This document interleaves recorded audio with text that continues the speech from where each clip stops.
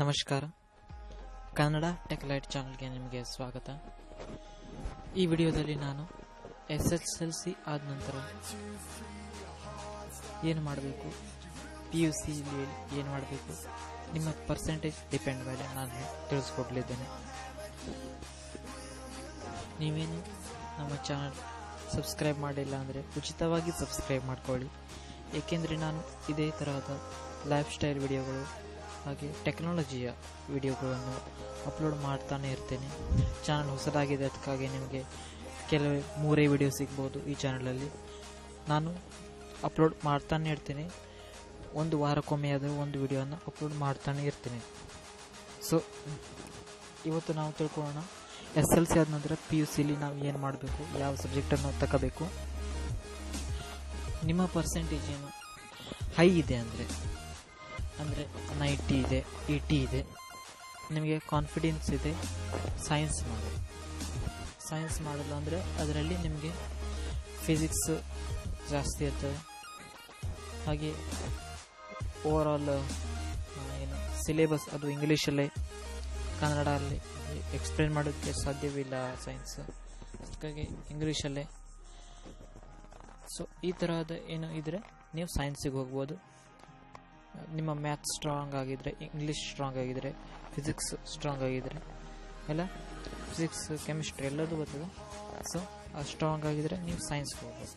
ಹಾಗೆ ಕಾಮರ್ಸಲ್ಲಿ ನಿಮಗೆ maths strong ಆಗಿರಬೇಕು. ಹಾಗೆ ಅಕೌಂಟೆನ್ಸಿಯಲ್ಲಿ ಇಂಟ್ರೆಸ್ಟ್ ಇದ್ದರೆ ನೀವು ಅದಕ್ಕೆ ಹೋಗ್ಬೋದು. ನಿಮಗೆ ಅಕೌಂಟೆನ್ಸಿಯಲ್ಲಿ ಇಂಟ್ರೆಸ್ಟ್ ಇದ್ದು ಮ್ಯಾಥ್ಸ್ ಸ್ಟ್ರಾಂಗ್ ಇಲ್ಲ ಅಂದರೆ ನೀವು ಅದಕ್ಕೆ ಹೋಗಬೇಡಿ.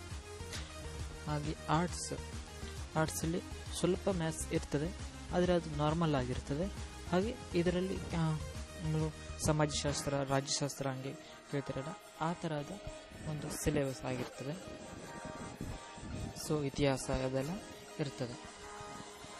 ಹಾಗೆ ಡಿಪ್ಲೊಮಾಗೆ ಹೋಗಲು ಬಯಸುವವರು ಅಂದರೆ ಈಗ ಡಿಪ್ಲೊಮಾಗೆ ಅವಕಾಶ ಕಲ್ಪಿಸಿದೆ ಸರ್ಕಾರ, ಡೈರೆಕ್ಟಾಗಿ ಕೂಡ ಹೋಗ್ಬೋದು. ಡೈರೆಕ್ಟಾಗಿ ಕೂಡ ಹೋದರೆ ನಿಮಗೆ ಬಹಳ ತೊಂದರೆ ಆಗ್ತದೆ. ಏಕೆಂದರೆ ನೀವು ಬೇಸಿಕ್ಸನ್ನು ಕಲಿಯದೇ ಇರಲಿಲ್ಲ. ಬೇಸಿಕ್ಸ್ ಕಲಿಯಲು ನಿಮಗೆ PUCಯಲ್ಲಿ ಸೈನ್ಸನ್ನೇ ಜಾಯಿನ್ ಮಾಡಬೇಕಾಗ್ತದೆ.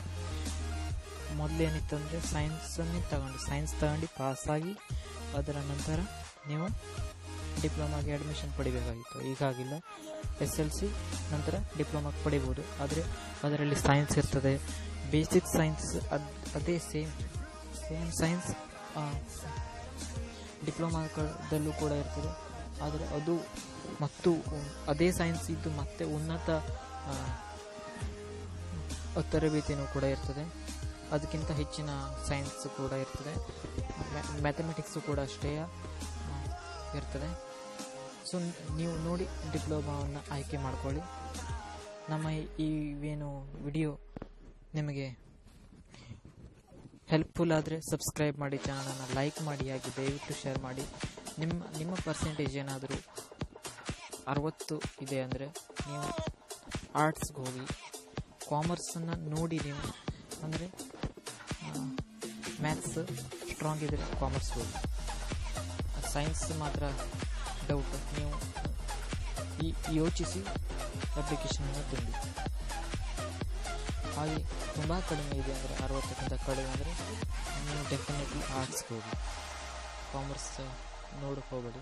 ಹಾಗೆ ನೀವು 60, 75 ಹಾಗಿದ್ರೆ ನೀವು ಮ್ಯಾಥ್ಸನ್ನು ನೋಡಿ, ಮ್ಯಾಥ್ಸು ಕೆಮಿಸ್ಟ್ರಿಯನ್ನು ನೋಡಿ ನೀವು ಸೈನ್ಸ್ಗೆ ಅಪ್ಲೈ ಮಾಡಬಹುದು.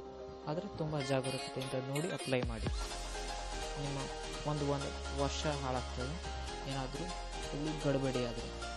ಹಾಗೆ ನೀವು ಅಪ್ಲೈ ಮಾಡಿದ್ರಿ ಸೈನ್ಸ್ಗೆ, ಅದು ಟಫ್ ಅನಿಸ್ತದೆ ಕಲಿಗೆ ಅಂದರೆ ವರ್ಷ ಹಾಳಾಗ್ತದೆ. ಧನ್ಯವಾದಗಳು ಈ ವಿಡಿಯೋನ ನೋಡೋದಕ್ಕೆ. ಲೈಕ್ ಮಾಡಿ, ಹಾಗೆ ಶೇರ್ ಮಾಡಿ, ಹಾಗೂ ಉಚಿತವಾಗಿ ನಮ್ಮ ಚಾನಲನ್ನು ಸಬ್ಸ್ಕ್ರೈಬ್ ಮಾಡ್ಕೊಳ್ಳಿ.